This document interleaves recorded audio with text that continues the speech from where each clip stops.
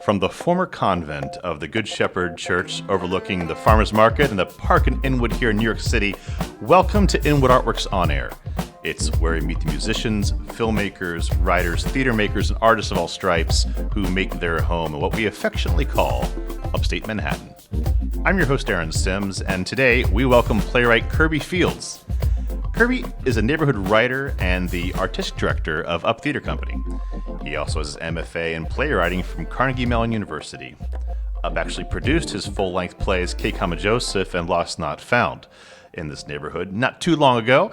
His short plays have been featured in the Sam French Off-Broadway Short Play Festival, the Gallery Players One-Act Play Festival, and the New York 15-Minute Play Festival.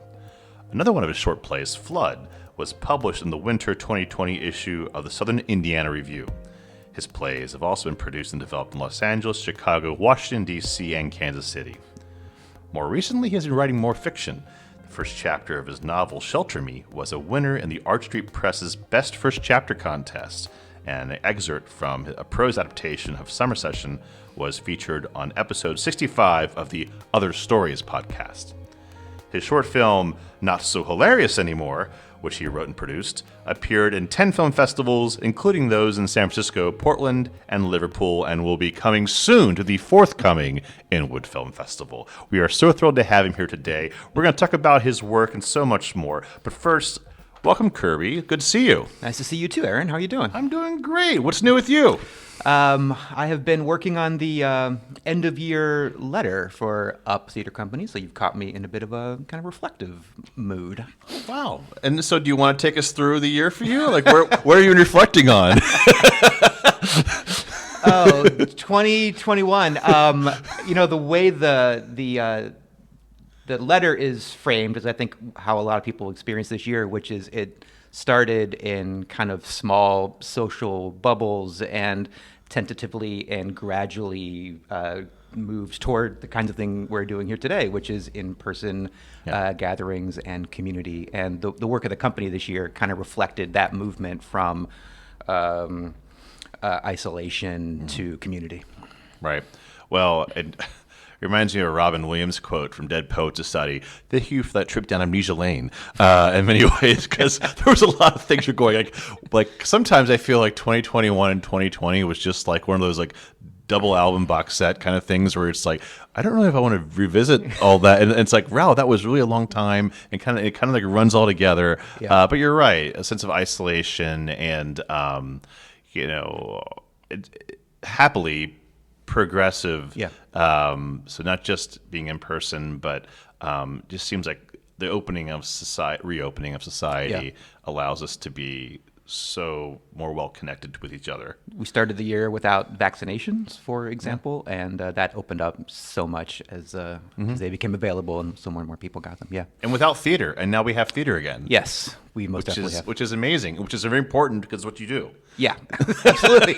It feels great to have audiences again and to hear people laughing at the right moments and gasping at the right moments and applause, which you just didn't have for so much of the last 2 years. Well, I'm glad you're in kind of a reflective mood right now because we met actually when we worked on the world premiere of your play, K, Joseph, in a building just next door, literally next door to where we are now. Yeah. There are many challenges to getting that play up, and one I remember was that during tech, Superstorm Sandy happened, Hurricane Sandy happened. Yeah. And I mean, we had a really great, resilient group of people working on that show, yourself included, of course. And it went on to be very well received. So with distance from that now and being in a reflective mood, what did you learn, and what did you take away from that? And you can talk about where you maybe learned then, and where you thinking about it now, and being have that kind of like distance from it. Yeah, K, Joseph was such an amazing experience from top to bottom. It was the first time I worked with any of the folks at Up Theater. There are rare occasions for me as a playwright whenever you kind of turn it over the work to a production, and it becomes so much more than it ever was on the page, that it begins, so to return to our theme, isolating with me banging away on a keyboard, actually writing by hand most likely, and then kind of turning it over to first James and then Josh, and then I don't want to name all the actors because they all contributed equally to the show. That I've watched several of my readings kind of from the back row, peeking, between my fingers. And with K, Joseph, I was so proud of that work. It was almost as if it wasn't mine anymore and belonged to the company and the production. Yeah, it lived. It lived. It really did live. Yeah. Yeah, that's also what I love about theater, and what I sometimes find frustrating about it is it had that 3-week run. It was kind of a magical 3-week run that I can't go back to. Right. So the memory kind of lives on, and it's kind of idyllic. Part of me wants to let's revisit that, and part of me is like, no, I don't want to go back to that. Let's just let it live as it did in my memory. That's the beauty of the ephemeral nature of our work. Yeah. It's great. And has it gone on to do other productions? It hasn't. Well, I wanted to know because I didn't know, and I did a little research, and I was like, I couldn't find anything. No. Some a company in Chicago, company in LA sniffed around it a little bit. Inkwell, you mentioned DC. Inkwell did a reading of it, actually right around the same time. But it hasn't. I continue to send it out because I feel like it's aged fairly well. I think it stands in terms of it's 10 years old, Aaron. It's been. I can't now. I'm feeling old. Yeah. I know. I know. So I continue sending. I sent it out 2 weeks ago to a company. So I keep trying to get it out there. Absolutely should. It's a great show. Yeah. And for those of you who had the joy to come experience it in those 3 weeks, you understand what I'm talking about. I appreciate it. Thank you. Sure thing. So let's just kind of hopscotch around a little bit. So congrats on your award for Best First Chapter. For Thank you. For Shelter Me. I didn't know they gave awards for just doing part work these days. It's just it's only in the arts do you get congratulated on doing partial work. Right. But I wanted to explore the idea of being a novelist, as well as playwright, because you have more control. Well, you kind of refer to the whole banging away in your Dickensian garret, maybe, or whatever wherever he goes to write. Doesn't have to be Dickens, but you have a lot more control on guiding your reader audience, whatever, as a novelist, because you can add more meat to the bone, so to speak, than you do for writing plays. So I'm wondering. Having had the experience of being a novelist and playwright, how they each inform both styles of the writing for you? That's interesting. So, as a playwright, I always have to cut. I say too many words, right? And I feel like writing prose, I'm able to kind of indulge the wordier side of myself a little bit. Writing a play, it's all dialogue. Now I know you can be innovative within the dialogue, but it's pretty sparse. And in prose, I can just kind of, as you said, open it up more. I can be more expansive. That said, I find that when I'm writing prose and I get to a section where the characters are talking to one another, that I'm like, oh, this is very comfortable. This is very familiar. I know how to navigate this particular scene or this section of the scene. I found that certain things work better on the stage with dialogue than in prose. For example, characters cutting one another off in a conversation. That's usually indicated by an M dash at the end of the line. That works great on stage because it's kind of overlapping. It doesn't really work as well on the page. I think it's better just to kind of cut it and go to the next, whatever the next thing you say. The audience will figure it out. Yeah, exactly. Wait, maybe they won't. Exactly. Partly I moved to prose out of, you referenced a play called Summer Session with the Bones Brigade, and it was a play that I wrote that featured on the stage a half pipe with actual characters skateboarding on the half pipe, right? I just wrote it. I just thought, just get it out there. Let's see what happens. Realistically, it's going to be very difficult to produce a play with a half pipe and skateboarders live skating on it. I really, really cared for those particular characters, and it struck me that one way to potentially give them a life beyond the page that might not never be produced is to try it in a different genre. So this is a story that might be better suited for prose and kind of honor those characters in that way, rather than in a play where the likelihood of it being produced and them kind of living on and getting out there is much less likely. Yeah, but it's great that you're able to kind of adapt your own work, in a way, or the ideas at least, and try to find the best possible vehicle for them to live. That's been a challenge too, because the play, for example, is 9 scenes. It's not like the novel is in 9 chapters with each chapter being a scene from the play. That once you start digging into it, the kind of psychological natures, the backstories of the characters, you kind of start investigating those more in prose. I think they always informed the characters in the play version, but they were much more essential in the novelization of it. Gotcha. Well, I think it's fascinating how, like I said, how the styles inform your writing, and I personally would love to see a skateboarding play. And it kind of reminds me of Suburbia a little bit, the old Eric Elysium play a little bit. Yeah. Having not read the play, your play, but those are the characters. Exactly. Those types of kids growing up in the Midwest in this particular version. But of it. I think it'd be great, like just as producer brain, kind of thinking it's like would you start with kids who skateboard? And just saying, I think you do. And just see what you do. Yeah. And maybe it's a site-specific production. I mean, how cool would that be? Actually, right? a company in LA is reading it, and they do site-specific stuff. I thought California skateboarding, that might be a good match. Totally. As well. Yeah. That seems to make some sense. Warm weather places that can support that. Yeah. Well, I'm all about it. Let me know. I want to see it. So when you're writing, and you have plays and you have novels and you have different ideas, maybe screenplays even, because you do film.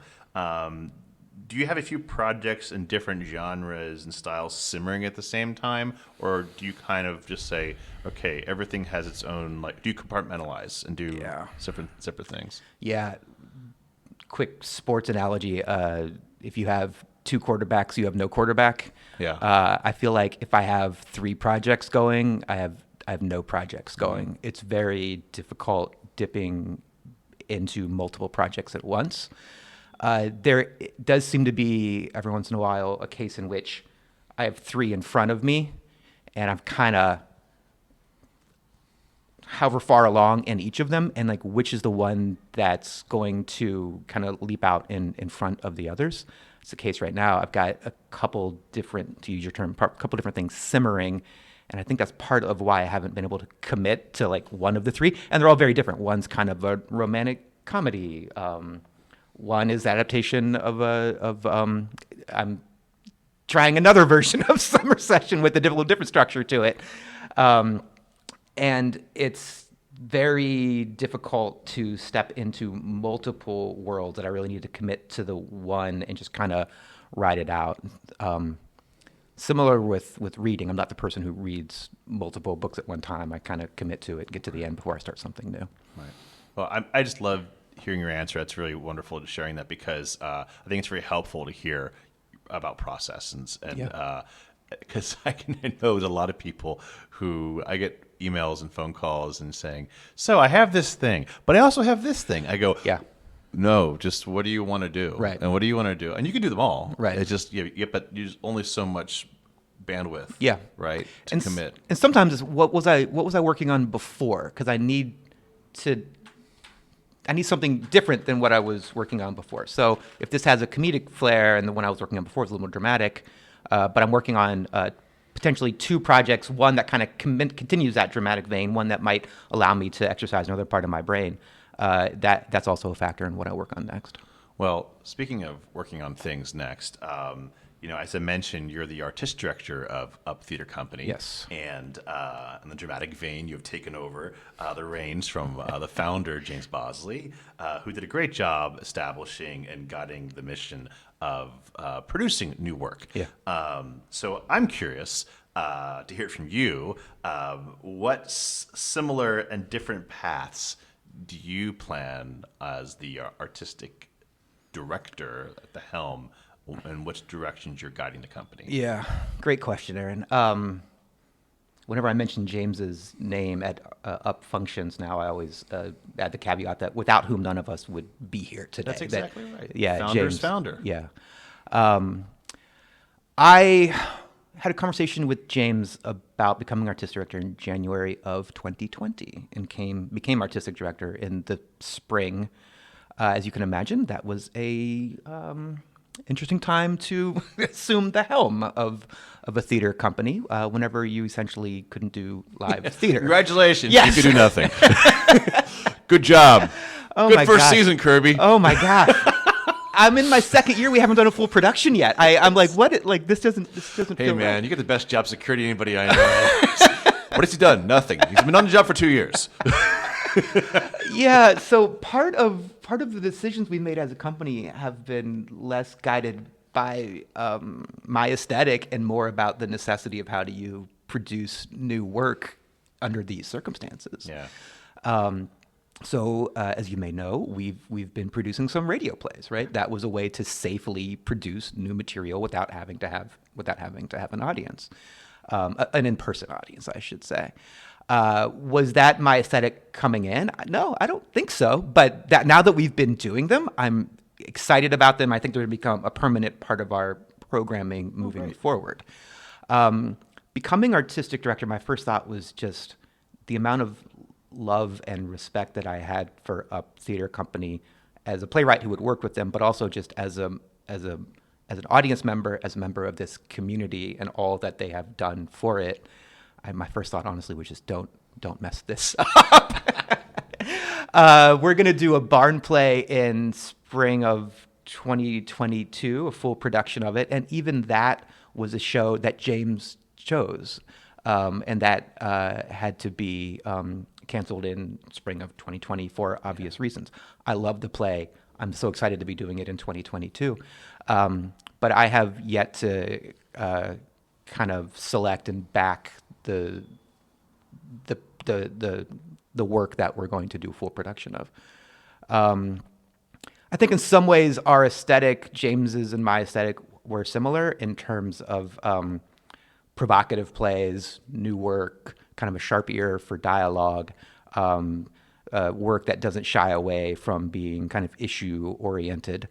So I think in a lot of ways we're aligned in that regard. I think James also approached me about it because that there's a certain amount of like continuing on with the tradition of Up Theater, but also bringing to it something new as well. As you know, the challenge up here for space is real. So one thing I'm thinking about pursuing in future seasons is like more site-specific stuff. So let's do a series of plays set in a bookstore. Let's do a series of plays set in a pharmacy. Let's do a series of plays set in a bar would be kind of an obvious example. So that's something I'm hoping to look to do moving forward with the company. Very cool. And do we have dates for barn play yet? We have And a space? We are. I'm not ready to announce specific dates Okay. or a space yet. We're in conversations with a space in the neighborhood. Okay, great. And the dates would have it wrapping up. This probably gives away the space, but wrapping up before the Easter holiday. So around that window. Yeah. Great. Yes. Well, it's great to hear because it's for those of you who have been listening all these many episodes. Space is we are space challenged in the neighborhood, Yeah. and as Kirby mentioned too, and it's that we're there's no performing arts space within 100 blocks really, if you actually think about it. Yeah. So a community arts center, nothing that like really exists up here, and it makes you wonder if it would in other ways. I mean, I go back and forth because obviously that's our agenda. We want to have a space for placemaking for the arts. Yeah. And I think it can thrive, but you always wonder, like, well, it hasn't been here as long as I've lived here. So is there a reason for that? Yeah. You know? But yet, when you do a production like Hey Comma Joseph in a school auditorium that people come out to check out and they love it, it argues for it. So I think that, there's definitely, we have a crazy embarrassment of artists in our neighborhood, as I always say. And I think there would be a great place to be able to serve these artists and their needs if we can do that. So I think the challenges of space do sometimes lead to innovation. So that example of K, Joseph that Josh brilliantly came up with in terms of let's use the stage, but let's pull the curtain and play it like kind of long ways. Really serve that play well. And I know that we walk into spaces and kind of survey it and go, okay, how can we make this work? Those are creative choices as well that sometimes work to great benefit. But the broader point is well taken. Just the hustle to find space alone is exhausting up here. Yeah, really is.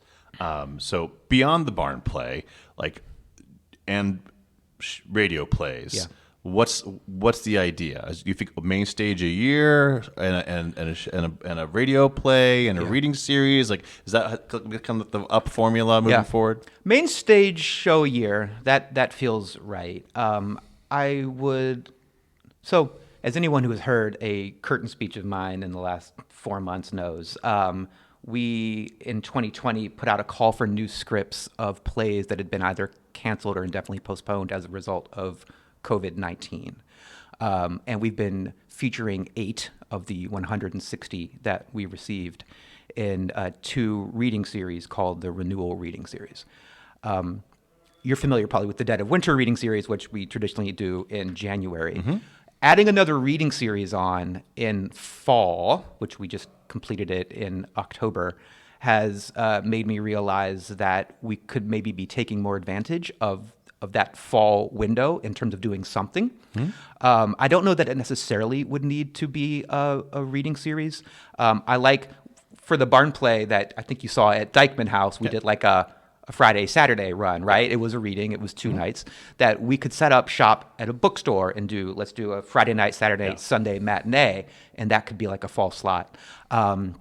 We also want to take advantage of the number of extraordinary other artists that we work with on a regular basis who are also working on independent projects of their own. And one idea is to use that fall window to kind of open it up to the rest of the Up community and say, hey, what are you working on? We have a space for you. Let's put it up. Nice. Whether that's a play, whether that's a musical, whether that's a monologue, a one-person show that they're working on.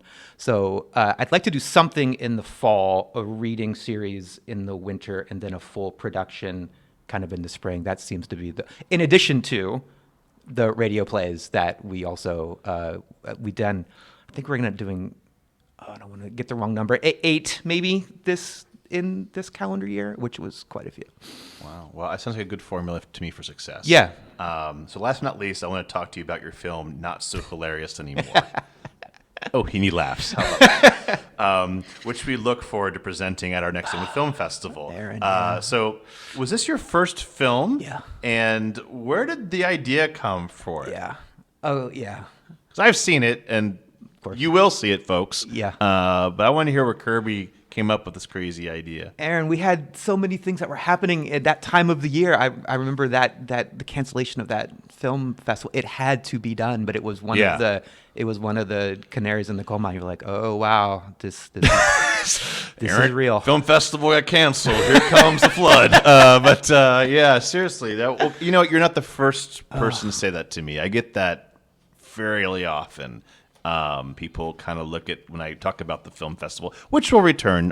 Everyone, don't worry. It's just never been the right time, and in spite of all the digital programming we've been prolific in doing, I've held that back on purpose.